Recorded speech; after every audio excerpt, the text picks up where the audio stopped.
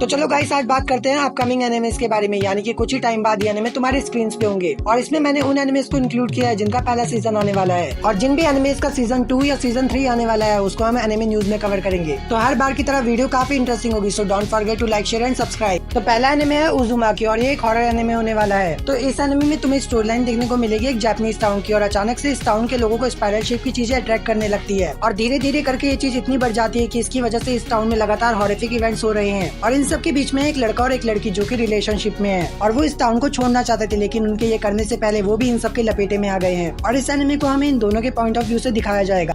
Number 2 डेंडरडेन। इस anime के अंदर तुम्हें स्टोरी देखने को मिलेगी अयाशे और कैन की, और ये दोनों ही सुपर नेचुरल चीजों में बिलीव करते हैं, पर थोड़े अलग तरीके से। अयाशे को लगता है कि भूत प्रेत होते हैं और कैन को लगता है कि एलियंस होते हैं, पर अयाने ये मानने के लिए तैयार नहीं है, और वहीं पे कैन भी ये मानने के लिए तैयार नहीं है कि भूत प्रेत होते हैं। और खुद को सही साबित करने के लिए ये दोनों ऐसे रास्तों पे निकल जाते हैं जहाँ पर जाने से वो दोनों खुद को सही साबित तो कर देते हैं, बट वो ऐसी जगह फंस जाते हैं जहाँ से वापस लौटना खुद में एक चैलेंज है। तो क्या वो दोनों इस चैलेंज को पार करके वापस अपनी नॉर्मल जिंदगी जी पाएंगे? और यही तुम्हें इस एनिमे के अंदर देखने को मिलेगा।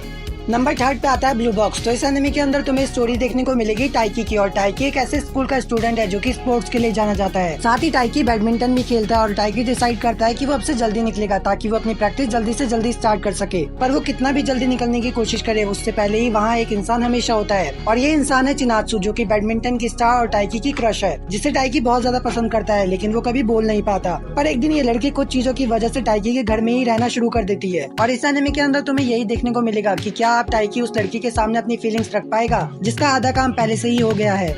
नंबर 4 पे आता है यू आर मिस सर्वेंट। तो इस एनिमे के अंदर तुम्हें स्टोरी देखने को मिलेगी हितोयोशी की। ये एक हाई स्कूल स्टूडेंट है जो कि अपने घर में अकेला रहता था, लेकिन एक दिन इसके गेट पर एक लड़की आती है जो उससे कहती है कि वो उसे अपनी मेड रख ले, और ये लड़की एक असेसिन है, और इस लड़की ने अपनी पूरी जिंदगी लड़ाई झगड़े में ही बिताई है, जिस वजह से इसे कभी मेमोरीज बनाने का टाइम ही नहीं मिला, और अब वो इन सबसे थक हार कर एक नॉर्मल लाइफ बिताना चाहती है, जहाँ पर उसका एक नया नाम, और इस बार वो अपनी जिंदगी में कुछ बढ़िया मेमोरीज बना पाए। पहले तो हितोशी असेसिन सुनकर ही उसे अपने साथ रखने से मना कर देता है, लेकिन जब वो हितोशी की जान बचा लेती है तो हितोशी भी उसे अपने साथ के लिए मान जाता है, जिसके बाद ये दोनों अपनी जिंदगी की एक नई शुरुआत करते हैं।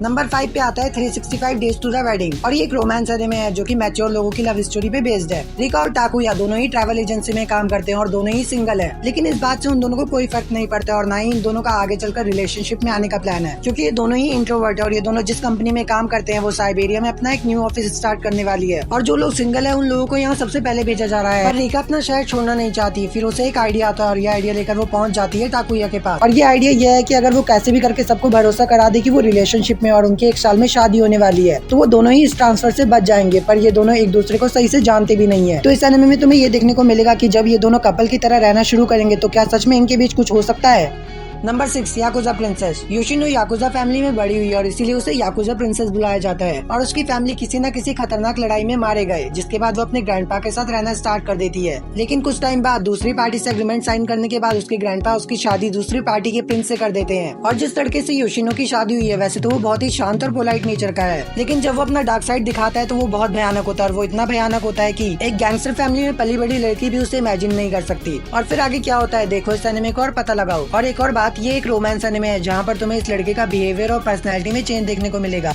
Number 7 time with knot Amagami sisters. कामी हाटे की जिंदगी अभी तक बहुत बुरी रही है, जिसके बाद वो डिसाइड करता है कि ये सब कुछ भूल कर वो अपने आगे की जिंदगी अपने सपने के लिए जिएगा, जहाँ पर उसे दोबारा किसी बात के लिए रिग्रेट नहीं करना पड़ेगा। लेकिन जब वो अपने फॉरेस्टर होम पहुंचता है जो कि एक्चुअल में एक श्राइन है, तो उसकी जिंदगी के दोबारा से लग गए हैं, क्योंकि उसे यहाँ पे 3 लड़कियों के साथ रहना पड़ रहा है, और तीनों ही एक से बढ़कर एक है। और इन 3 लड़कियों के बीच आने के बाद कामी हाटाके को अपनी जिंदगी का एक नया गोल पता चलता है। उसे इनमें से किसी एक से कैसे भी करके शादी करनी है और इस टेम्पल को अपने अंडर करना है, और ये एक हारम एनिमे है, तो सोच समझ कर देखना।